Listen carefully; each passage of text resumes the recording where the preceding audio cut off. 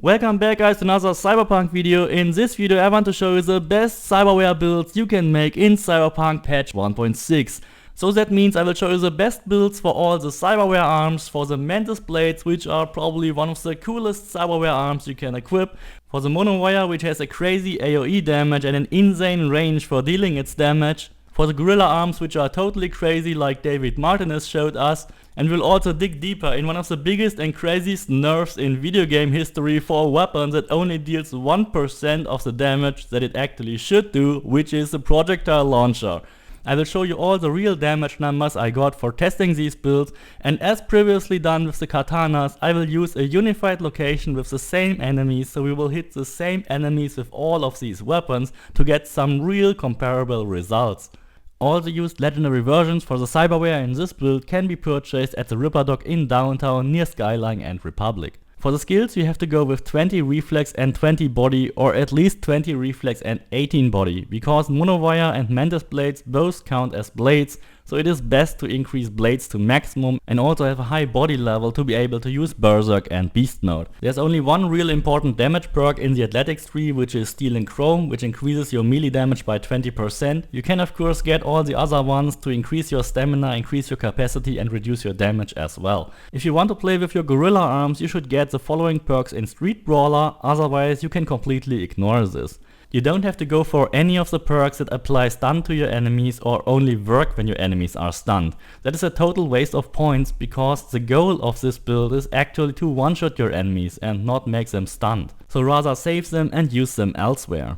The main skills for blade players are Roaring Waters to increase your heavy attack damage, Judge, Jury, Executioner 100% on full health enemies, and Float Like a Butterfly 50% after dodging. And of course, if you have maxed out your blade skill, also get the Dragon Strike for an additional 40% critical damage. There are a few other good perks in Cool actually, which is Assassin, which gives you 15% damage to all human enemies, and when you go in the Cold Blood tree, activate Cold Blood and also get the Blood Brawl for another 10% melee damage. Our unified testing location will be here in Carter Hill, where we already tested all our blades. I will always reload my save and I will make sure to kill the same enemies with all weapons every time. This is also done on very hard, so these enemies will be quite tough to kill. In my setup, the Mantis blade had a total DPS of 2308. Of course, the total DPS is only shown when the Mantis blades are on the screen.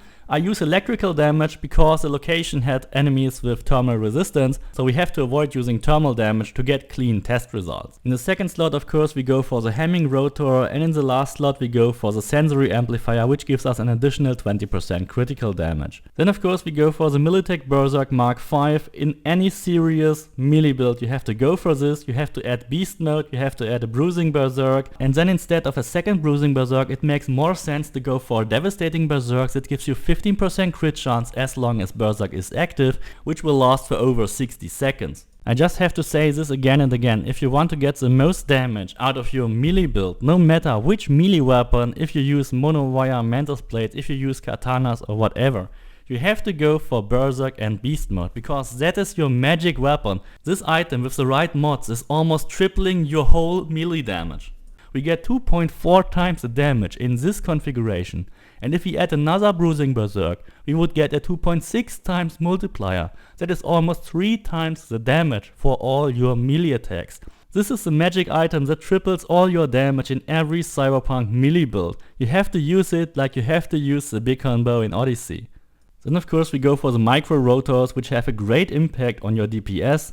Don't forget to get Kerenzikov and the Nano Relays as usual, because that is used to slow down time when we need it, and we can use it even more often than Sandevistan, and it is even more reliable because it has a shorter cooldown. Of course we also put 3 weak spot detection in our Kiroshi optics for an additional 6% crit chance. That gives us a total of 38% crit chance when we activate our Berserk.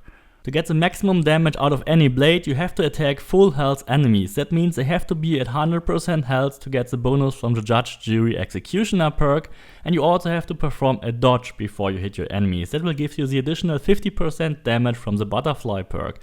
That will also trigger Kerenzikov and slows down time, so it is really useful and very easy to hit. Of course, we also have to perform a fully charged heavy attack to get the most damage out of a single hit as we can. The damage numbers for Mantis blades were hovering between 20,000 and 30,000 damage for a critical hit. For the Monowire setup, we just have to equip the Monowire and don't have to change anything else. The Monowire has a whopping 4600 DPS. We will use physical damage, the high capacity battery and 20% critical damage. The Monowire test was actually quite difficult because I wanted to make it under the exact same conditions. That means using a heavy attack at full health enemies after a dodge. And heavy attacks with Monowire are vertical attacks. They don't use the crazy AoE range like you would normally do. So normally you would only do the horizontal attacks to kill off all the enemies around you. But the vertical attacks are the stronger ones. The only problem with these attacks is that the damage numbers are often not shown. But the ones that were displayed were hovering between 30 and 40,000 damage for a critical hit, and the non-criticals were between 16 and 18,000 damage. For the Gorilla Arms, I also first wanted to go with Berserk. The Gorilla Arms has the lowest DPS of all the previous weapons. They have only 1800 DPS. We will equip the Animal's Knuckles, the Black Market Battery and also a 20% crit damage boost. For the Gorilla Arms it was more difficult to get some constant damage numbers because the Gorilla Arms perks do not rely on full health enemies or dodging, which you can influence by yourself. They rather rely on your health or enemy's health or the enemy being stunned or not. And we actually don't want to stun our enemies, we want to kill them instantly. Between 12 and 16,000 was the upper end for the critical hits and between 6 and 8,000 was the lower end for the non-critical hits. And that makes the non-critical hits being barely enough to kill these enemies in a single hit, which is quite crucial. Because I also wanted to test the Gorilla Arms with Sandevistan equipped with triple heatsink, and that gave me some very disturbing damage numbers here. We only got like 4,000 or 2,000 per hit, and that is simply not enough to kill these enemies, even not in the region Charter Hill on very hard. These enemies here have around 6,000 hit points and the ones in downtown are even stronger. So more often than not, you're not able to one-shot your enemies with your Gorilla Arms. It is simply not possible to do that on very hard with your Gorilla Arms. So all the time you gain with Sandevistan, you will actually waste double or triple hitting your enemies to make sure that they are actually dead. During the whole testing it also didn't feel like it was easier to play with Sandevistan, it was actually easier with more health and more resistance from Berserk. Okay, but before we come to any conclusion about what is the best setup for your melee arms, let's check out the projectile launcher. I equipped it with explosive rounds, then with the neoplastic plating for 2% crit chance, and also with a sensory amplifier with 20% critical damage. And testing that thing was an absolute nightmare, because the damage of it is simply not existing. It deals between 200 or 300 damage if you don't do anything, and even if you add all your engineering skills, you will barely get around 500 damage, or even 800 when you perform a critical hit. Not to mention that the enemies in downtown are even stronger. You will barely make a scratch on them, so you have the hardest time of your life killing any of these enemies. It was not possible to kill at least a single enemy with that low damage numbers. I only got one damage number, which was a bit higher, but I think that was caused by environment damage. This weapon didn't get only nerfed, it is completely broken. It looks like it's stuck on level 1 damage without a proper damage scaling. It doesn't even have a DPS value for that. And I already used all the engineering perks. It's not that I didn't try it, I tried to squeeze out as much as I could. I also wanted to check if something is wrong with my explosion damage, so I equipped some of these grenades, and I instantly got 22,000 damage with those grenades, which is 100 times more damage than with the stupid projectile launcher. The projectile launcher is not nerfed, it is crazily bugged and needs to be fixed. So if we summarize all our test results and the damage values, for the Mantis blades we got around 20,300 damage on average. For the Monowire we got a whopping 30,000 damage. So in conclusion, if you want to use any blade, then the Mantis blades is one of the worst options you can use. The damage of the Mantis blade is even lower than a regular katana from the shelf.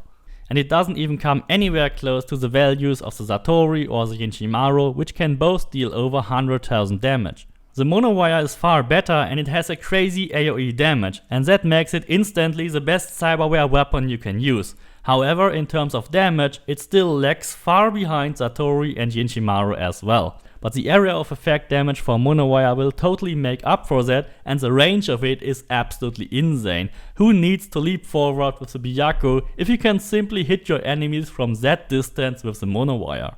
For the Gorilla Arms it looks much darker because they only deal 9600 damage even with Berserk and only 4500 if you use Gorilla Arms with Sandevistan.